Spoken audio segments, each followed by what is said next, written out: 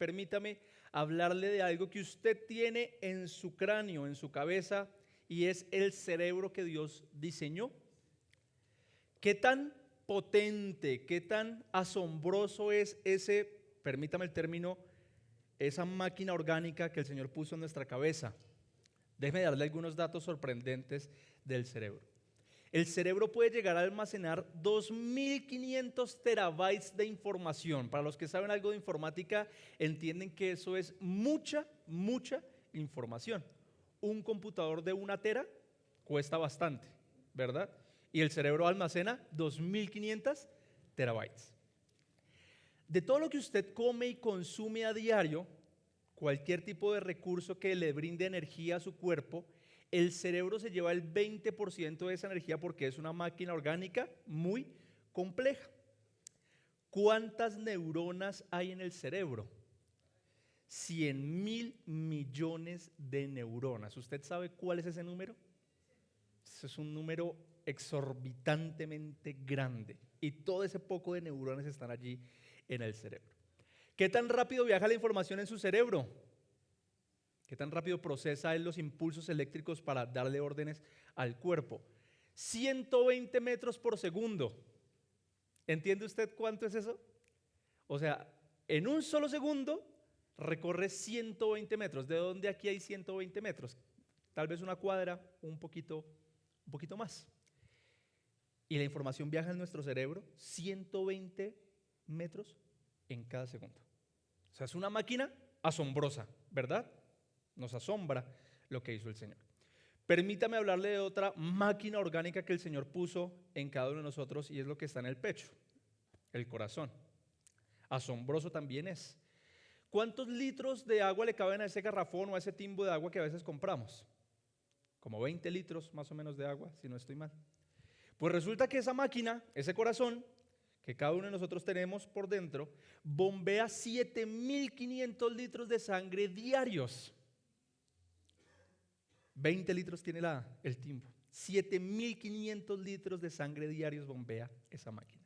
Late 100.000 veces por día y al día produce suficiente energía como para mover un camión de esos grandes durante 30 kilómetros a una velocidad muy suave.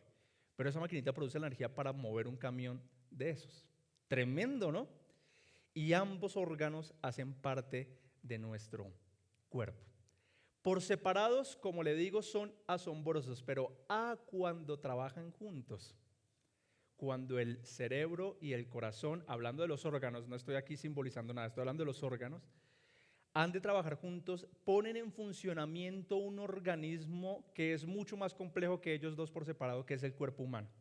¿Cuántas funciones tiene el cuerpo humano?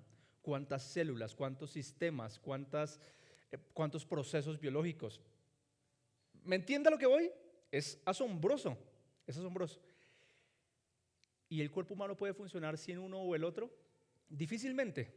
Saque el cerebro y puede que algunos con muerte cerebral creo que los pueden llegar a mantener con algo de vida, pero no funciona igual. Y saque el corazón y pues nada que hacer. Para que el organismo funcione bien, tan complejo como es necesario que ambos órganos trabajen de forma mancomunada para llevar a cabo semejantes procesos biológicos tan complejos. De la misma forma, de la misma manera, es el matrimonio. El Señor Dios, creador del hombre, hizo al hombre con unas funciones, con unos roles muy específicos que son asombrosos. Y también creó a la mujer con unos dones, unos roles y unas funciones muy específicas. Y por separado son asombrosos, pero cuando trabajan mancomunadamente en ese organismo llamado matrimonio, es excepcional. Los hijos funcionan bien, las relaciones funcionan bien, la comunicación funciona bien. Pero quite a uno de los dos y pasa lo mismo que con el cuerpo. Tambalea, se sostiene, pero tambalea. Por eso es necesario que ambas partes en un matrimonio, esposo y esposa, vivan como el Señor les pidió que vivieran para que el matrimonio funcione. Y hace 8 días me tomé el tiempo de predicarle a los esposos y futuros esposos de lo que el Señor espera que vivan en su matrimonio. ¿Lo recuerdan, señores? ¿Qué es lo que les demanda el Señor? Que amen a sus esposas de la misma forma en que Cristo amó a la iglesia. Eso dice Efesios capítulo 5. Y cuando el hombre ejerce esa función, está haciendo lo que el Señor lo llamó a hacer dentro del matrimonio. Para los que no pudieron ver esa prédica, pues está en nuestras redes sociales. Les recomiendo verla para que usted entienda de qué estamos hablando. Y hoy, como les dije entonces al principio, al inicio de esta enseñanza, quiero explicar qué es lo que había en la mente de Dios, qué es lo que hay en la mente de Dios cuando habla de que la mujer se someta a su esposo, y también vamos a hablar de otro verbo que se le demanda a la mujer y es respetar a su esposo. ¿Preparadas, damas? El título de nuestra enseñanza, para esposas. ¿Cuántas esposas hay aquí? Levanten su manito, por favor. ¿Cuántas futuras esposas hay aquí? Las que un día se quieran casar. Amén, amén. Por ahí vi una mano levantada. Amén, amén. Oramos por eso. Para empezar a explicarles esto, necesito que me acompañen en sus Biblias a Efesios capítulo 5, versículo 21, que es el texto desde donde parte todas las ideas que transmite Pablo. Dice la Biblia: es más, sométanse unos a otros por reverencia a Cristo. ¿Entiende esa frase? Yo le confieso que la primera vez que la leí, no la entendí. Y me tocó empezar a masticarla para poder traducírsela y que usted entienda qué es lo que Pablo está escribiendo aquí. Voy a empezar desde la última parte del versículo y vamos hacia atrás. Por reverencia a Cristo.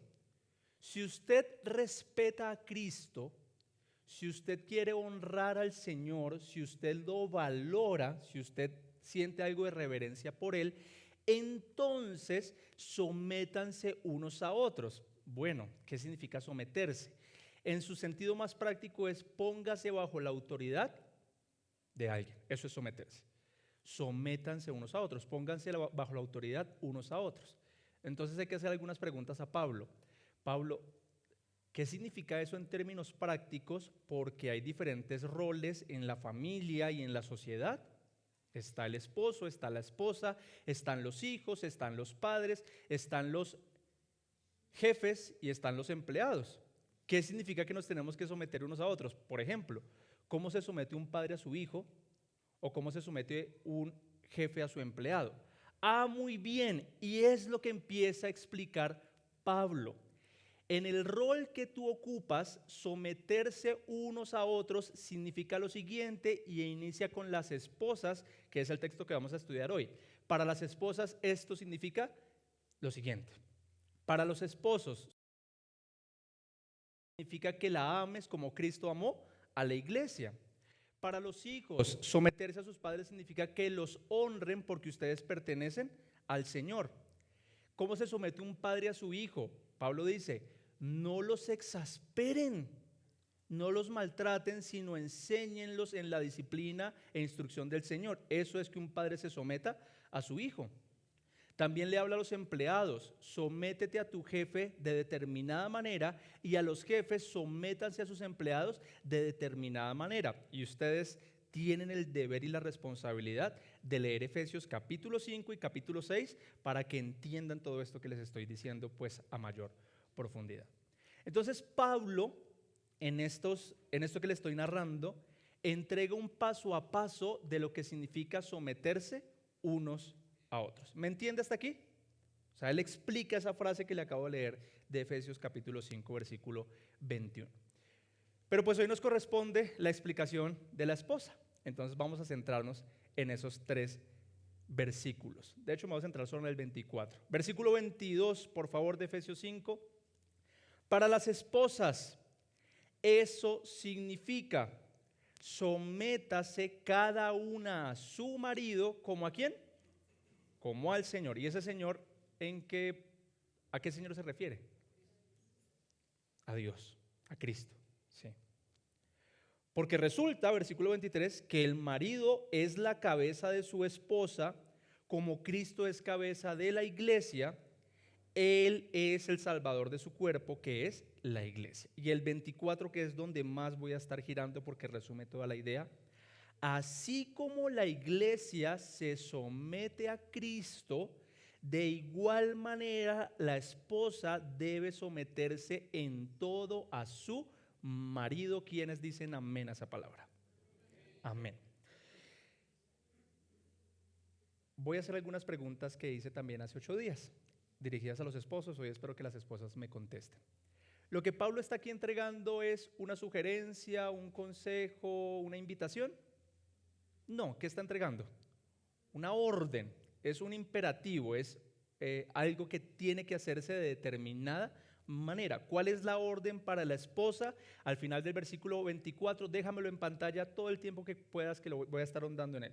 Al final del versículo 24 dice que la esposa debe someterse a su marido en todo. Pero gracias a Dios, bendito sea el Dios que es lleno de misericordia y que sabe que nosotros somos necios y equivocados. Pablo dejó escrito cuál es el tipo de sujeción que espera el Señor que la mujer tenga por su esposo. Es decir, Pablo no simplemente dijo, esposa, sujétate a tu marido y ya, sino que dejó el punto de referencia, y ese punto de referencia es lo que está al inicio del versículo 24. Así como la iglesia se somete a Cristo. Hay un tipo de sometimiento muy específico del que Pablo está hablando, y eso entonces echa por borda cualquier tipo de concepto que tengamos acerca de la sujeción diferente a este. Porque efectivamente hoy en nuestra sociedad ronda un miedo acerca de la palabra sujeción por todo lo que ha significado en el diario vivir. ¿Cuál es el concepto que algunas mujeres, y por eso le temen a esta palabra, tienen acerca de la palabra sujeción? Pues de lo que vieron tal vez de su abuelita o de señoras ya mayores. ¿Me entiende a lo que voy? Señoras mayores que hace algunos años atrás vivían con su esposo, y el esposo, ¿cómo era con ellas? Cruel, les pegaban, las lastimaban emocionalmente, era un machismo equivocado. Y las abuelitas estaban ahí detrás de ese señor, aguantando y aguantando, y algunas hasta decían, no, es que yo me lo merezco. ¿Conoce abuelitas así? Yo sí he hablado con abuelitas así. Y entonces el regaño era, no sea tan sumisa, salga de ahí. Y se generó un concepto de sumisión muy distorsionado al que la Biblia enseña, y por eso le tenemos tanto miedo a esa palabra. Los seres humanos, pecadores, somos expertos en distorsionar los conceptos que Dios entrega. Dios entregó el concepto del amor, un amor muy específico, y nosotros lo destruimos y lo desbaratamos completamente. Dios entregó unos parámetros para el sexo y nosotros lo cogimos y lo destruimos completamente. Dios entregó un parámetro para la sumisión y nosotros lo cogimos y lo destruimos completamente. Y por eso hay muchas damas, generalizo acá, que le temen a esta palabra. También por lo que pudieron haber visto con sus papás, con su mamá, todo lo que tuvo que aguantar. Y me toca a mí hacer exactamente lo mismo. Bueno, pues entonces yo quiero explicarle hoy qué es lo que significa así como la iglesia se somete a Cristo, para que usted, esposa y futura esposa, entienda exactamente cómo es que debe someterse a su marido. Amén. Quiero empezar desmitificando, quitando conceptos erróneos acerca de la sumisión, y en esta parte voy a ser muy breve. En primer lugar, si usted está tomando apuntes allí, escriba por favor, esposa, entiende el significado de someterte. Esposa, entiende el significado de someterte. Entonces vamos a definir lo que no es la sumisión. La sumisión, y escriba allí también en su material en mayúscula, no es. La sumisión no es. Y lo primero que no es la sumisión es que no es una imposición. La sumisión no es impuesta.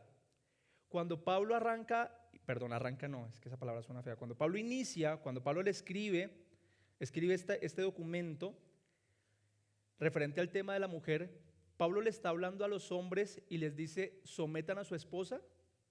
No. El versículo 22, regálamelo por favor, dice, cada esposa sométase cada una a su marido. Es una acción voluntaria que hace ella hacia él.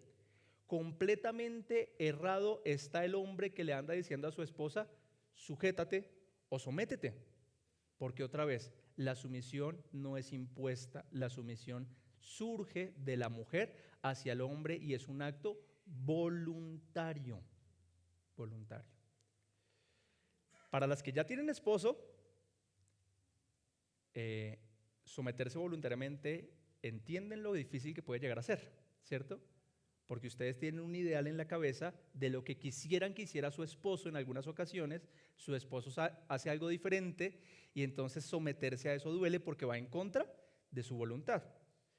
Para las que no están casadas todavía y un día se van a casar, les imploro, les ruego que oren mucho al Señor para que les guíe cuál es el esposo que van a elegir, porque según este principio bíblico van a tener que someterse voluntariamente a Él. Y entonces permítame, hago una aclaración sobre esto. Dama, si tú eres una mujer sumamente proactiva y que quieres estar haciendo muchas cosas, pues revisa bien que, por ejemplo, el hombre que vas a escoger no sea un hombre sumamente pasivo, porque va a ser muy frustrante. Tú vas a querer hacer 1000 cosas y él va a decir, después, mija. ¿Pero cómo después? Y empiezas a correr. Si tú eres una mujer tranquila, pausada, pues cuídate, aunque dicen por ahí que los polos opuestos se atraen. Bueno, no sé, cada hogar es único.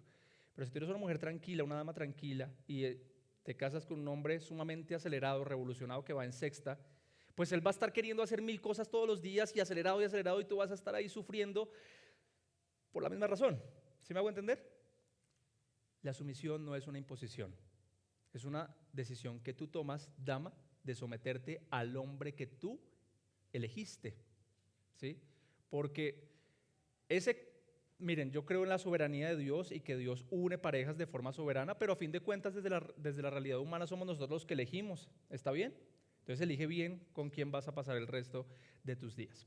Y una sola aclaración más sobre esto. Aquí el versículo 22 dice, sométase cada una a su marido. La mujer, la esposa, solo debe estar sujeta a su esposo, no a todos los hombres como en el Islam. Porque en el Islam las mujeres están sujetas y sometidas a todos los hombres. Y no, la Biblia aclara aquí que solamente a su esposo, solamente a su marido. Entonces, quitémonos de la cabeza que la sujeción es algo impuesto, sino que es algo voluntario. ¿Qué otra cosa no es la sumisión? Y esto es muy fuerte, pero es que es real. La sumisión no es esclavitud. No eres una esclava de ese hombre. No tienes que decirle que sí a todo. No tienes que obedecerlo en todo. No eres una esclava. Y peor aún, y aquí me voy a quedar un momentico, porque me va a servir de plataforma para lo que les voy a decir a continuación. Si ese hombre te está conduciendo al pecado, querida dama, esposas y futuras esposas, si tu esposo te está guiando a algo que va en contra de la voluntad de Dios, que es pecado, no tienes por qué seguirlo ni obedecerlo. Porque la Biblia dice muy clarito en Hechos capítulo 5 versículo 29, pero Pedro y los apóstoles respondieron, debemos obedecer a Dios en vez de obedecer a los hombres. Te es necesario obedecer primero a Dios porque antes de ser esposa eres hija de Dios. Entonces no tienes que seguir a tu esposo en el pecado. Que es lamentable la historia de muchas señoras anteriores, ¿no? De las generaciones anteriores. Ahí siguiendo a su esposo en las decisiones pecaminosas y en las malas, ¿sí? Y como esclavas, llenas de miedo, llenas de temor, porque algunas mujeres dicen, bueno, pero es que si yo me voy de aquí, de este hogar donde me están maltratando, ¿qué me pongo a hacer? ¿De dónde me sostengo? ¿Qué hago? Y ahí aguantando esa esclavitud, y no es lo que el Señor quiere. No es lo que el Señor quiere. No eres una esclava. ¿Es claro esto? ¿Está bien? No tienes que seguir a tu esposo si él va rumbo al pecado. ¿Qué otra cosa no es la sumisión? Y esta, sé que muchas mujeres van a decir amén a esta. La sumisión tampoco es estar de acuerdo en todo. No tienes que estar de acuerdo en todo con ese hombre que tienes a tu lado, porque son dos formas de ver las situaciones tan diferentes. En Génesis capítulo 2 versículo 18, entonces el Señor dijo, no es bueno que el hombre esté solo, le haré una ayuda adecuada, una ayuda idónea. Y uno de los tantos conceptos que puede significar, una de las tantas definiciones que puede tener el concepto de ayuda idónea, de ayuda adecuada, es contrapeso.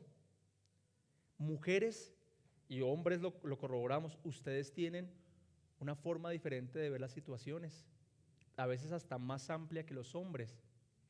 Entonces, la dama fue creada aquí en Génesis capítulo 2, versículo 18, para hacer ese contrapeso en el hombre y darle una perspectiva más amplia de las situaciones que viven día tras día. Entonces, es evidente que no vas a tener que estar de acuerdo en todo. Ser sumisa no es estar de acuerdo en todo con tu esposo. Y un último concepto de lo que no es la sumisión, y ya me voy a meter en lo que sí es la sumisión. Y es el más importante que quiero decirles, no es someterte al maltrato. La sumisión no es someterte al maltrato. No, Dios no te está llamando a que, dama, te sometas al maltrato emocional, ni al maltrato físico, ni al maltrato verbal, ni a ningún tipo de maltrato. Y si es la situación de alguna de ustedes, quiero decirles que el Señor está totalmente en desacuerdo con que estés viviendo en eso, que el Estado te ampara y que puedes ponerle una denuncia a ese hombre que te está maltratando, porque eso es un delito. Y otra vez, si es la situación de alguna de ustedes, hable con nosotros al final, acérquese a mí y sea sincera y lo hablamos, porque no tienes que estar ahí aguantando el maltrato de ese hombre. ¿Es claro? Entonces, eso desdibuja un poco o quita o echa por borda algunos conceptos que tenemos acerca de la sumisión. Entonces, ¿qué sí es la sumisión? Y quiero volver a leer el texto, el versículo 24, regálamelo, Efesios 5, 24. La sumisión, así como la iglesia se somete a Cristo. Entonces toca hacernos la pregunta, ¿cómo es que la iglesia se sujeta, se somete a Cristo? Y creo que la respuesta es sumamente amplia. Es un concepto muy, muy amplio, como lo fue el de hace 8 días. Recuerdan los que estuvieron que la instrucción para el hombre es ama a tu esposa como Cristo amó a la iglesia, y decíamos que el amor que tuvo Cristo por la iglesia es un concepto sumamente amplio, y entonces decidimos abordarlo solo desde una perspectiva, y es la negación, negarte a ti mismo como Cristo se negó. Entonces vamos a hacer lo mismo con el concepto de la sumisión. Es un concepto muy amplio del cual no alcanzo a predicarles todo lo que eso podría significar, pero vamos a abordarlo desde una de las caras, desde una de las perspectivas, y es desde la perspectiva de la confianza. La sumisión, letra B, la confianza como parte de la sumisión. La confianza como parte de la sumisión. Se espera que la iglesia confíe en Cristo, se espera que la esposa confíe en su esposo. Y para esto me puse de pedagógico y quiero contarle una historia, un relato, para que, dama, me entienda qué es lo que quiero decir con esto. Bien, ¿cómo se espera que la iglesia confíe en Cristo? Y para eso quiero apelar a su imaginación. Imagine conmigo un barco, y en pantalla va a aparecer ese barquito. Pero imagínese lo más lujoso, está bien, más bonito, tipo yate o tipo crucero, bien bonito. Y en ese barco va conduciendo, va en el timón Cristo. Cristo es el encargado de determinar el rumbo de ese barco, Él es el capitán. Y como pasajera va la iglesia en ese barco, ¿sí? Cristo va conduciendo, y mientras que Cristo está llevando el barco por aguas mansas, por paisajes bonitos, por brisa fresca, ¿cómo está la iglesia? Tranquila, disfrutando del paisaje, no hay ningún problema. Pero en determinada situación, Cristo opta por cambiar el rumbo del barco y va derechito hacia una tormenta. y de hecho no va hacia la tormenta, sino que entra en la tormenta. ¿Qué tiene permitido hacer la iglesia que está de pasajera hacia su capitán sin saltarse el principio de la sumisión? Bueno, la iglesia puede acercarse al capitán y preguntarle por qué estamos pasando por lo que estamos pasando. ¿Por qué tomaste la decisión de guiarnos por esta tormenta? Y es la oración que muchos le hemos hecho al Señor. ¿Por qué estamos pasando por esta situación? ¿Eso es pecado? No, está bien. La iglesia también tiene permitido expresarle al capitán las emociones que le genera estar en medio de esa situación. Capitán, Cristo, tengo miedo, tengo temores, no sé exactamente para dónde vamos y eso me genera ansiedad. Y la iglesia tiene permitido hacer eso con Cristo y muchos de nosotros lo hemos hecho y eso no es falta de piedad, de hecho eso es bueno y necesario. Y de hecho también la iglesia tiene permitido decirle al capitán o sugerirle al capitán cuál considera que es el camino correcto, como Cristo lo hizo con el Padre, ¿lo recuerda? Si es posible, pasa de mí esta copa, cojamos por otro rumbo. Y la iglesia puede hacer eso con el Señor. Señor, creo que el mejor camino es este, creo que el mejor camino es este, ¿sí? Pero finalmente, aunque expresa todo lo que siente, aunque advierte a Cristo de las consecuencias, aunque le sugiere posibles rutas de salida, la iglesia le dice a Cristo, pero Señor, que no se haga como yo quiero, sino como tú, ¿verdad? Amén. Y confío en que tú tienes el control de lo que está pasando. Eso es lo que se espera de la iglesia. Y haciendo esto, no se salta el principio de la sumisión. ¿Cuándo se salta el principio de la sumisión? Cuando la iglesia le dice a Cristo, no estoy de acuerdo con las decisiones que estás tomando, no estoy de acuerdo por donde nos estás llevando, permiso del timón, y yo agarro el timón y empiezo a llevar el barco bajo mi propio criterio. Ay, ¿y qué ha pasado cuando la iglesia lleva las riendas bajo su propio criterio? Pues destrucción, ¿cierto? Y es lo que hemos visto a lo largo de la historia.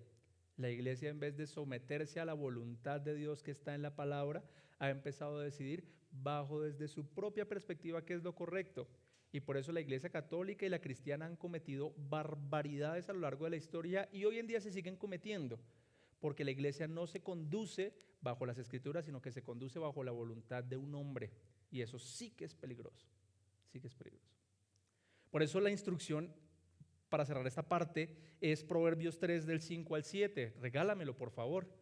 Confía en el Señor con todo tu corazón y no te apoyes ¿en qué? En tu propio entendimiento. Reconócelo en todos tus caminos y Él enderezará tus sendas. No seas sabio a tus propios ojos, teme al Señor y apártate del mal.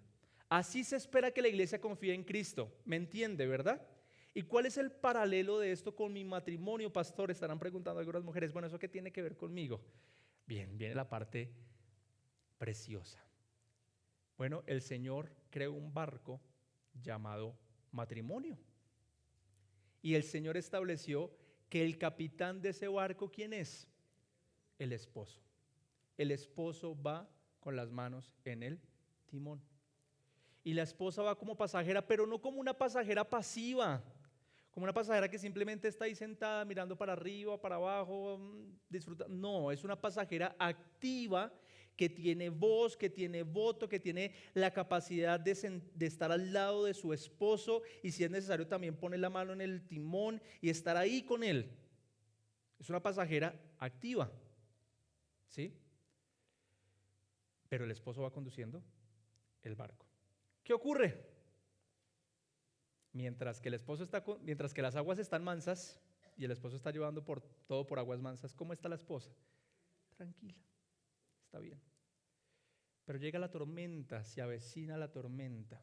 ¿Y esa tormenta qué puede significar? Escúcheme bien a esto. Esa tormenta puede significar decisiones difíciles, decisiones medianas, decisiones fáciles.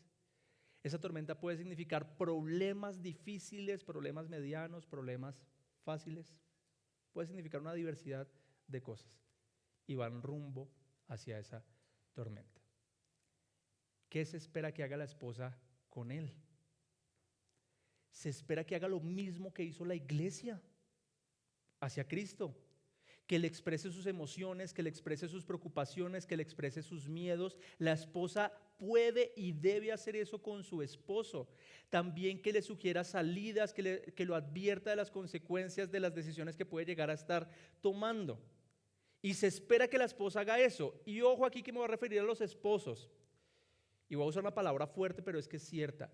Es muy tonto el esposo que no escucha a su esposa. Es muy tonto. El que se para en la brecha y no toma en consideración lo que ella le está diciendo, porque ignora que para eso el Señor la puso. Es la ayuda idónea, es el contrapeso, es el que le abre la perspectiva ante la situación. Y qué sabio es el esposo que anhela, que desea, que necesita el consejo de su esposa. Mi amor, ¿qué hacemos? ¿Qué hacemos? Y en la mayoría de casos, ustedes que son casados, bueno, no sé si en la mayoría de casos, en algunos casos, se llega a un acuerdo y se toma una decisión en conjunto y bien, excelente. Pero ¿qué cuando no están de acuerdo? Porque hay decisiones en las que ocurre, en las que él quiere una cosa, piensa una cosa y ella piensa otra. Y no estoy hablando del pecado. Saquemos cualquier escenario de pecado aquí, porque si es pecado, no hay que seguir el pecado. Está bien, estoy hablando de decisiones cotidianas que requieren una determinación, que alguien tome la decisión. Y le pongo escenarios. ¿En qué momento metemos al niño al jardín? ¿Ya es momento o no es momento? Nos tenemos que cambiar de ciudad. ¿Nos cambiamos o no nos cambiamos? Hay que cambiarnos de iglesia. ¿Nos cambiamos o no nos cambiamos de iglesia? ¿Me hago entender? Son decisiones que requieren una conversación. Se espera, por supuesto, que la pareja de esposos ore al Señor y que se rindan al Señor y que le pidan dirección a Él. Pero si llegado el momento no están de acuerdo en la decisión que hay que tomar, ¿quién toma la decisión? El esposo. El esposo que presuntamente es un hombre sabio que ama al Señor. El esposo que presuntamente es un hombre lleno del Espíritu Santo que quiere lo mejor para su hogar y lo mejor para su familia en todas las áreas. O sea, yo espero, señores, que ustedes nunca vayan a tomar una decisión que vaya a traer problemas sobre su familia y que la decisión que usted está tomando es porque considera que es lo mejor para su hogar. ¿Me hago entender? Y él toma la decisión. ¿Cuándo se salta ella al principio de la sumisión? Cuando lo quita del timón y le dice, no lo haga, yo lo voy a hacer como yo quiero. Mi mamá me decía, mi mamá es una mujer sabia, mi mamá me decía, la mayoría de mujeres tenemos ese instinto controlador sobre el esposo. ¿Por qué es? Y me acordaba de la maldición que Dios le dio a Eva en Génesis capítulo 3, ¿lo recuerda? De aquí en adelante parirás hijos con dolor y querrás señorearte sobre tu esposo. Eso le dijo el Señor a Eva, de aquí en adelante vas a querer señorearte sobre él y él te dominará. Y esa es la lucha que algunas tienen porque no les cuesta mucho someterse a ese hombre que Dios les puso a su lado. Pero es lo que el Señor demanda en su palabra. Otra vez, versículo 24, regálamelo por favor. Así como la iglesia se somete a Cristo, así como la iglesia confía en Cristo, de igual manera la esposa debe someterse ¿en cuántas cosas? ¿En cuántas cosas? En todo a su marido. En todo a su marido. Ok, pastor. Listo, entonces entiendo. Mientras que la decisión no sea pecaminosa, confío en él. Si la decisión es pecaminosa, no voy a dejar que él tome la decisión. Es una irresponsabilidad. ¿Sí? Pero el pastor, si él finalmente toma la decisión y las cosas no salen bien, ¿hay qué? Bueno, su esposo no es Cristo. ¿cierto? Su esposo es un hombre falible, su esposo es un hombre con miedos, con temores, con inseguridades. Pero la confianza no radica en que él sea perfecto, porque si alguna está esperando, las que se van a casar algún día, un hombre perfecto, noticia, no lo van a encontrar, no lo van a encontrar. Y la decepción que se van a meter cuando lleguen al matrimonio, si están teniendo un ideal de un hombre en su cabeza. En el matrimonio se decepcionan uno al otro. Ese hombre no es perfecto. Entonces, su esposo no es Cristo y puede que se equivoque en la decisión que toma, ¿sí? ¿Y qué debo hacer, pastor, si la decisión no sale tan bien, si las consecuencias no salen bien con la decisión que él tomó? Por favor, le ruego, y ya voy para el segundo verbo, no le falte el respeto a su esposo. ¿Qué es una falta de respeto?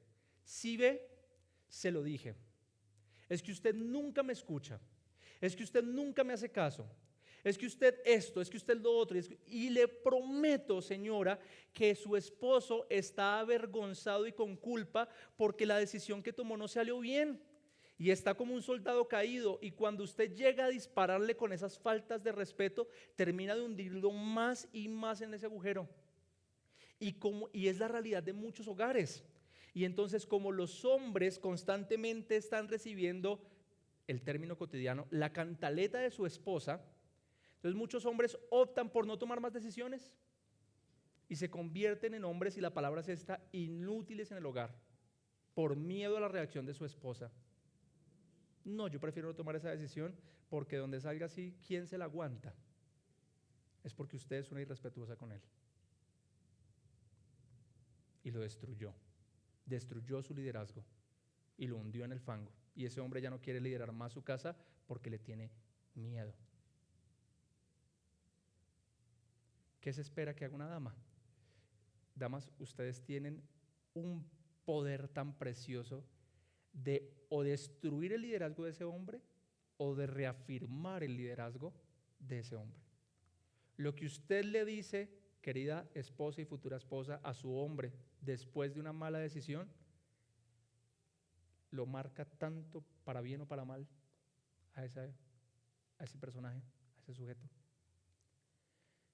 Voy a contar una breve experiencia de un pastor amigo que está casado, para que me entienda lo que le estoy diciendo. Él estaba mirando en redes sociales y se encontró con que un artista muy famoso se iba a presentar en su ciudad, y habían 2 boletas en primera fila que estaban en súper promoción, muy económicas. Igual eran costosas, pero a precio real eran mucho más costosas. Y entonces él dijo, bueno, aquí puedo hacer un negocio. En el país donde él vive no es delito revender las boletas.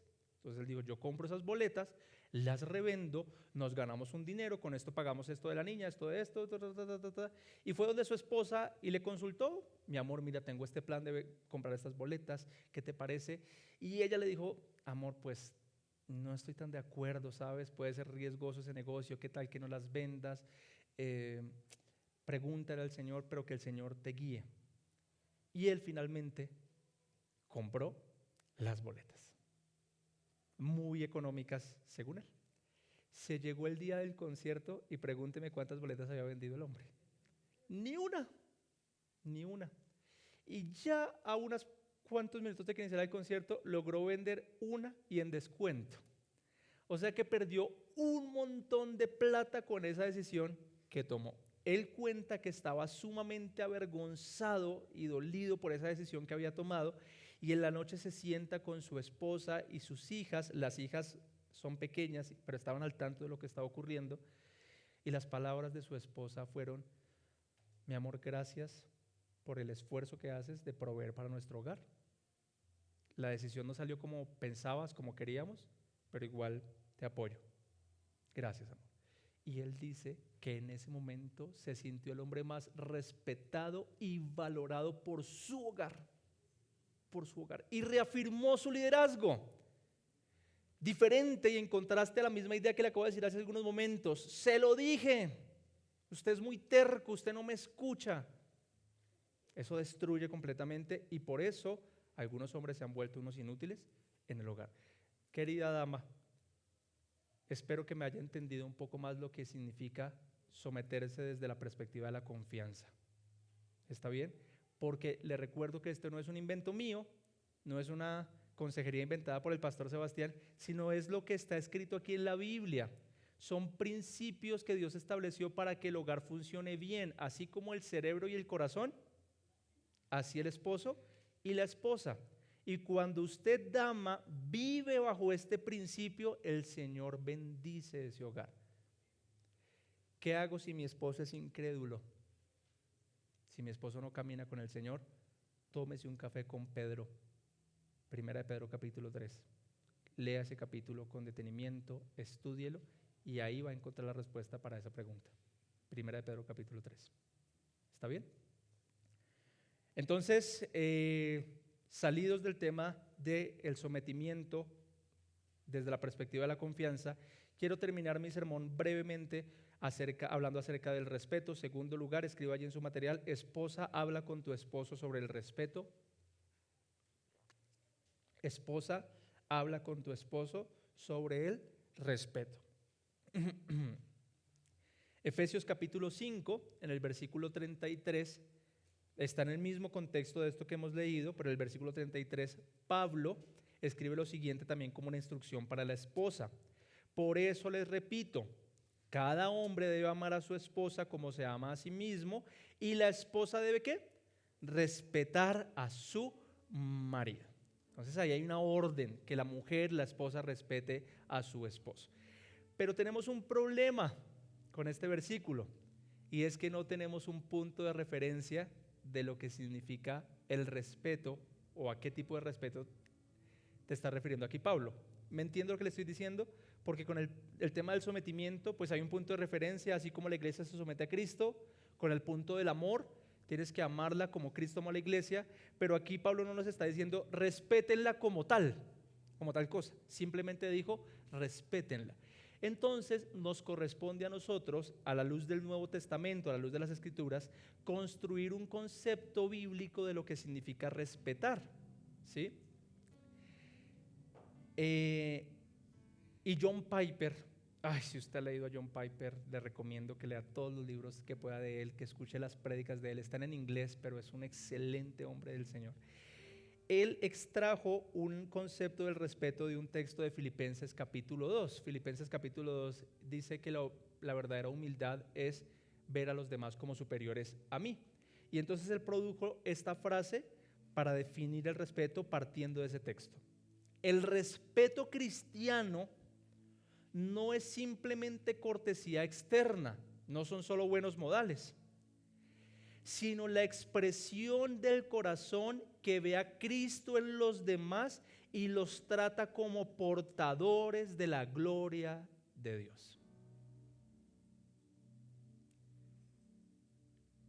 Presuntamente, todos los que estamos aquí, que hemos creído en Jesús como nuestro Salvador, somos portadores de la gloria de Dios. ¿Cómo trataría usted la gloria de Dios? Si pudiera percibir tangiblemente la gloria de Dios, ¿qué haría usted? ¿Cómo trataría esa presencia? Bueno, es que se nos olvidan estos textos, se nos olvidan estas verdades. Las personas que están aquí somos portadores de la gloria de Dios porque el Espíritu Santo mora en nosotros. Por lo tanto, cualquier cosa diferente, eso me sacó, a mí también. Por lo tanto, debemos conducirnos como se amerita con una persona que porte el Espíritu Santo. ¿Me hago entender la idea?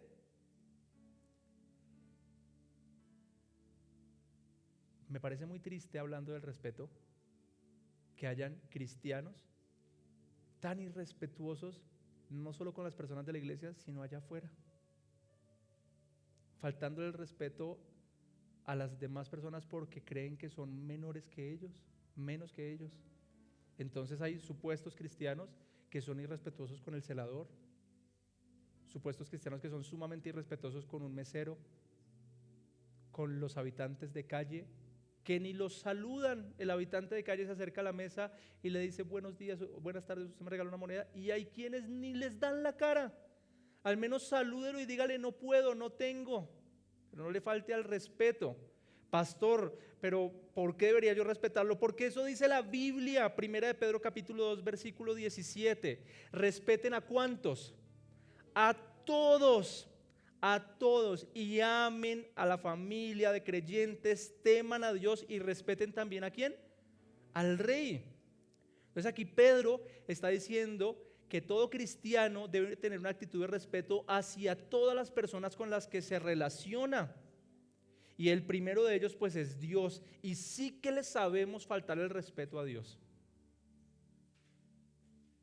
El Señor es soberano sobre la creación. Él tiene autoridad sobre todas las cosas. Y en muchas ocasiones lo andamos quitando del timón. Y andamos creyendo que Él no es digno, que Él no tiene las capacidades ni las formas de hacerlo. Y eso es faltarle el respeto al Señor. Hay otros que irrespetan las autoridades, y aquí Pedro nos está diciendo que debemos respetar también al rey. Mire, yo no sé su postura política. Usted puede ser de izquierda, puede ser de derecha, y eso no nos hace enemigos. Pero lo que sí está mal es que usted ande en sus redes sociales irrespetando a las personas que Dios puso por autoridad, porque el que quita y pone reyes, ¿quién es? Y gústele o no, el presidente que tenemos hoy lo puso el Señor, Él lo permitió. Y puede que usted esté en desacuerdo totalmente con Él, pero aún así, como creyente, no puede estarle faltando el respeto a esas personas en sus redes sociales. Y me duele lo que a veces veo en algunas publicaciones que ustedes mismos hacen. Caen en esa trampa, en ese juego. Y no estoy hablando de que no tenga postura, sea de derecha, sea de izquierda, me es indiferente. Pero no le falte respeto a las autoridades. Los policías, la autoridad de tránsito, no les falte al respeto. Pero es que ellos son así, es que son corruptos, es que esto, usted no, su comportamiento no depende de lo que ellos hagan o dejen de hacer. Su comportamiento depende de lo que el Señor aquí le está diciendo. Respétalo, respétalo. Como dije también, el respeto mutuo en la iglesia, ver a los demás como portadores de la gloria de Dios. Y señora, noticia, el esposo que usted tiene a su lado es también portador de la gloria de Dios. Por lo tanto, respételo, valórelo, véalo como alguien de suma importancia. Sé que él ha cometido muchos errores, pero existe el poder del perdón. Perdónelo, perdónelo y véalo como alguien valioso. Y una pregunta práctica. Hace 8 días le dije tarea a los hombres. ¿Cuál fue la tarea de los hombres? Para los hombres, hablar con sus esposas y decirles: mi amor, ¿qué puedo hacer por ti para que te sientas más amada por mí? ¿Lo recuerda? ¿Cómo les fue, caballeros, con esa pregunta? ¿La hicieron? Ay, se me olvidó, pastor. Bueno, hoy tengo una tarea para las damas. Entonces sé que las damas sí van a ser juiciosas y van a hablar de ambas preguntas. La tarea para las esposas es la siguiente: tienen que decirle a su esposo: esposo, mi amor, gordo, negro, como le diga, ¿qué puedo hacer para que te sientas más respetado por mí? ¿Qué puedo hacer para que te sientas más respetado por mí? Y señora, le voy a dar posibles respuestas que le puede llegar a dar él. Señor, respóndale con sinceridad a su esposa, ¿sí? Pero posibles respuestas pueden ser como las siguientes: mi amor, pues cuando estemos hablando con parejas amigas o en público, no me interrumpas tanto cuando estoy hablando, porque estoy hablando y tú me interrumpes y me callas, y yo opto por quedarme callado porque me estás interrumpiendo. No me interrumpas tanto. Otra posible respuesta: mi amor, si un día yo estoy contando una historia, una anécdota a familiares, amigos, y de pronto exagero algo o me equivoco, no me ridiculices delante de las personas. No empieces a decir: ay, tan exagerado, ay, tan mentiroso, usted sí inventa todo, ahora es así. No me ridiculices delante de las personas, por favor. Un esposo le puede decir a su esposa: mi amor, cuando yo esté disciplinando a mis hijos, siempre y cuando no esté cayendo en pecado, dentro de la disciplina correcta, no me desautorices delante de ellos. Ni si yo les doy una orden, No me quites la autoridad delante de ellos porque eso es una falta de respeto. Y las respuestas pueden ser múltiples. Es una conversación que tienen que tener en lo íntimo del hogar para encontrar pasos prácticos de lo que es el respeto. Por eso el segundo punto es: esposa, habla con tu esposo sobre el respeto. Es un concepto que tienen que crear en lo íntimo del hogar. Pero mi señora, a las casadas, y esto es para las damas de la iglesia, les pido el favor en calidad de pastor que no hablen mal de sus esposos con las demás hermanas de la iglesia, porque hay ese mal hábito de que mi esposo me hizo, mi esposo esto, y vienen y dañan el buen nombre de él delante de todas las hermanas de la iglesia, y eso se convierte en un chisme, y eso destruye. Pero pastor, yo a veces necesito hablar de lo que pasa en la casa. Bueno, tiene una primera opción y es la mejor opción. El Señor está ahí para escucharla. Usted puede derramar su corazón, puede traer todas sus quejas delante de Él y Él la escucha. Y si por alguna razón eso no llega a ser suficiente, busque consejería sabia de una dama, y sea el caso también, entonces busque ayuda psicológica. Busque un psicólogo, una psicóloga que la pueda atender y hable con ella. Eso le puede ayudar. Pero deje de hablar mal de su esposo delante de las demás personas, porque eso es faltarle al respeto. Después ustedes se reconcilian y están bien, y todas las demás personas quedan con un concepto tan equivocado de ese hombre. No lo haga. ¿Está bien? ¿Me prometen, damas, que van a hacer esa tarea de hablar con sus esposos acerca del respeto? Muy bien. Y para terminar, quiero leer el mismo texto con el que cerré hace 8 días, y es Gálatas capítulo 6, versículos 7 al 9. No se dejen engañar. Nadie puede burlarse de la justicia de Dios. Siempre se cosecha lo que se siembra, siempre. Los que viven solo para satisfacer los deseos de su propia naturaleza pecaminosa cosecharán de esa naturaleza destrucción y muerte. Si vives bajo tu propia carne, bajo tu propio criterio, vas a cosechar destrucción y muerte. Pero los que vivimos, y somos nosotros, amén, los que vivimos para agradar al Espíritu, del Espíritu vamos a cosechar vida eterna. Así que no nos cansemos de hacer el bien, porque a su debido tiempo cosecharemos numerosas bendiciones si no nos damos por vencido. Bendito sea este texto en el nombre de Jesús.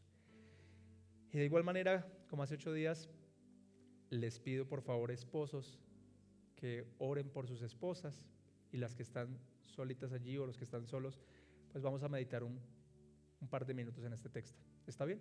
Tómese ahí el tiempo de orar por su esposa.